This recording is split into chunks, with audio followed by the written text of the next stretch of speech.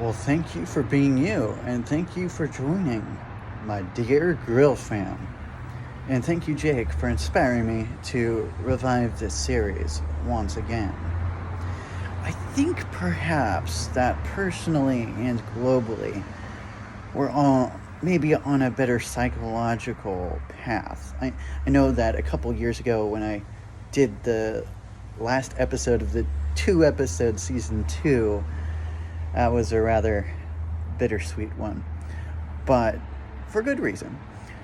Anyway, nowadays, to sum up some things that have been happening, I have a Literature and Writing Studies BA now, and I've applied for a master's program in classics via Villanova University, and there's a lot more that could be said, but honestly, what's happening under the grill? Okay, so right now I've got 3 pieces of delicious, tender, awesome hot dogs. There's a little bit of an aerial view. Take a look at those scrum-diddly-umptious marks just on the side. Now I've turned down the heat real low, so that we can get that good juicy cook with these super tiny hot dogs, if you know what I'm talking about. You'll notice I have super tiny tongs, but they're red. I may not be the most minimalistic person ever, but I do love my tiny red flippity floppers. And you'll also notice I've got 2 pieces of bread on the side. I know I've got 3 hot dogs and such, but such is life sometimes. You just need a little bit of a proportional difference, let's say. Sometimes, not all the time. I like to have one hot dog, at least, that's without the bread. But at any rate, in today's program, we're going to be talking about 2 different authors. One of them is Mr. J.J. Smart, or Dr. J.J. Smart, who was one of the writers for this book, the New Essays in Philosophical Theology.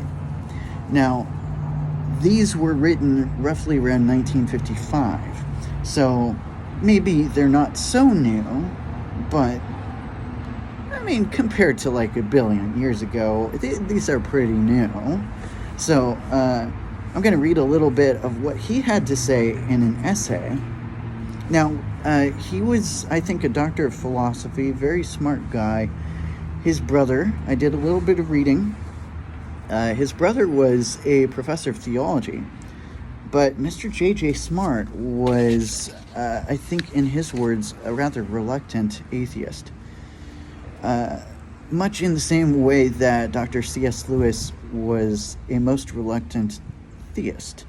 So I wanted to go ahead and read a little bit from him, but also this little snippet from Dr. Pierre Teilhard de Chardin's Science in Christ book. We're going to be focusing in on the word immensity, and I'd like you to think a little bit. What is the word immense? Maybe you're thinking about the meme where the Beauty and the Beast meme where Gaston is as large as a barge. And that's a funny meme. And my friends like to call me Gaston after that meme. I don't know why, but it's very curious to me. So think about the word immensity for a second. I'm going to double check on that delicious meat, and then we'll get right into the content. Oh, and I should probably mention that I tend to agree more robustly with Dr. Chardin's ways of thinking, but I also quite love Dr. J.J. Smart for all the things that he did and for being another glorious human being. So, okay, we've got these delicious pieces of meat just right there and ready to go. Ish. I'm going to let them simmer just a little bit more. And let's go ahead and get on to this talk. So, immensity. If you look up the word history, the etymology, it's often put as great beyond measure. So, here we go. This is from page 46 in the new Essays in Philosophical Theology. Mr. J.J. Smart talking. Sorry, doctor. Anyway, so he says, now let us ask, why should anything exist at all? Logic seems to tell us that the only answer, which isn't absurd, is to say, well, why shouldn't it? Nevertheless, though I know how any answer on the lines of the cosmological argument can be pulled to pieces by a correct logic, I still feel I want to go on asking the question. Indeed, though logic has taught me to look at such a question with the gravest suspicion, my mind often seems to reel under the immense significance it seems to have for me. That anything should exist at all does seem to me a matter for the deepest awe. So I'm going to go ahead and pause there, and I want you to think about that for a second before we turn to the second author for today's consideration. I love that theme of awe, though. Certainly, this sort of quote makes me think of, oh my goodness, quasars and quarks, lots of string theory, and, well, I'm not a scientist, but I love the theory of science and the history of science. Oh my goodness, it makes me think about colors. It makes me think about these glorious hot dogs. Look at these. Oh, yeah. Just take a look at those. My goodness gracious. Oh, yeah. So, Grill fam, I want to ask, do you feel it? Are you tracking? Are you tracking? Are you committed to living a life of 24/7 awe? I'm going to ask that of you. Try to be in awe of as many things as you can.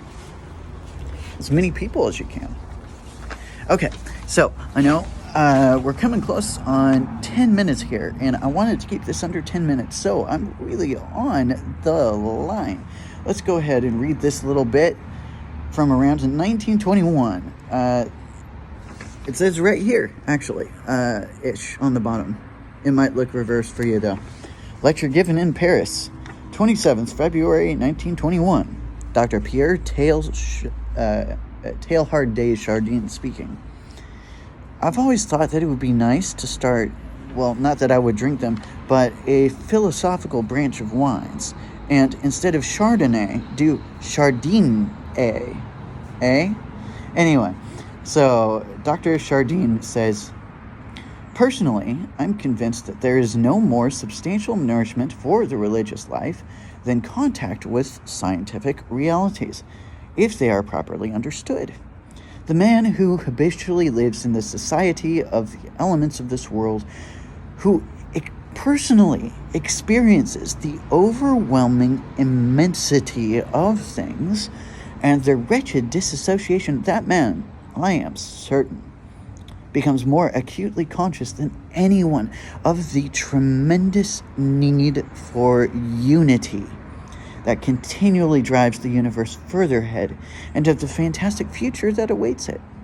No one understands so fully as the man who is absorbed in the study of matter to what a degree Christ, through his incarnation, is interior to the world, rooted in the world, even in the heart of the tiniest atom. We compared the structure of the universe to that of a cone. Only that man can fully appreciate the richness contained in the apex of the cone who has first gauged the width and the power of the base. It is useless in consequence, and it is unfair to oppose science and Christ, or to separate them as two domains alien to one another. By itself, science cannot discover Christ, but Christ satisfies the yearnings that are born in our hearts in the school of science. The cycle that sends man down to the bowels of matter in its full multiplicity, thence to climb back to the center of spiritual unification, is a natural cycle. We could say that it is a divine cycle, since it was first followed by him who had to descend into hell before ascending into heaven, that he might fulfill all things. Or, as it says in the Latin, quis ascendit nisi qui descendit prius ut impleret omnia. And with that, I need to check on the meat again, and I know I just went over 10 minutes, but it was such a good and rich quote, I just had to read it.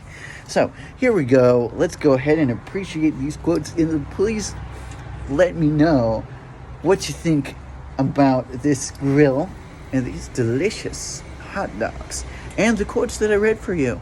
I want to know, do you feel the immensity of things, and do you feel awe? All right.